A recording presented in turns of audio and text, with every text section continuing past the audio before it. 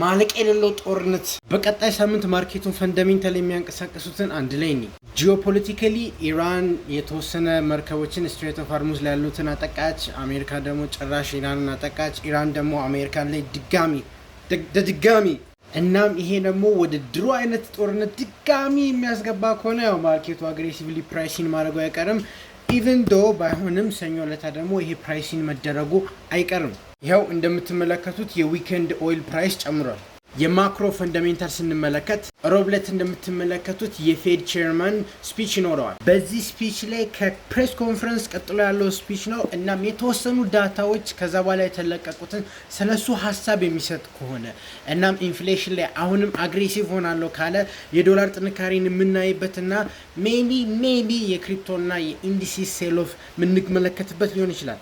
ሐሙስ ለታ ደግሞ ኤንኤፍፒ እና አንኤምፕሎይመንት ሬት አለ። ያው ሌላ ጊዜ አርብ ነበር የሚለቀቀው። ዛሬ ኢንስተንስ ሐሙስ ለታ ሆኗል። እናም ይሄ በጣም ቁልፍ ዳታ ነው። እንደምትመለከቱት ከጂኦፖለቲክስ ወደ ቀስ በቀስ ማክሮ ኢኮኖሚካል ዳታዎች ሽፍት የተደረገ ስለሆነ ዛሬ ቲክቶክ ከጀመረን 1 ዓመት ስለሞላን እንደ ቴንኪው ኖት 1 ሰዓት ሙሉ የሚፈጅ የቮሊዩም ፕሮፋይል ኮርስ ዛሬ ስለምለቅ ዩቲዩብ ቻናሌ ላይ ገብታችሁ ባዮ ሊንክ ላይ ያለ ሰብስክራይብ ያደረጋችሁ እንድትመለከቱ ጋብዛችኋለሁ። ፎሎው እና ግራ ለተጋባው ትሬደር ጓደኞቻችሁ ሼር ማድረግ እንዳይረሳ።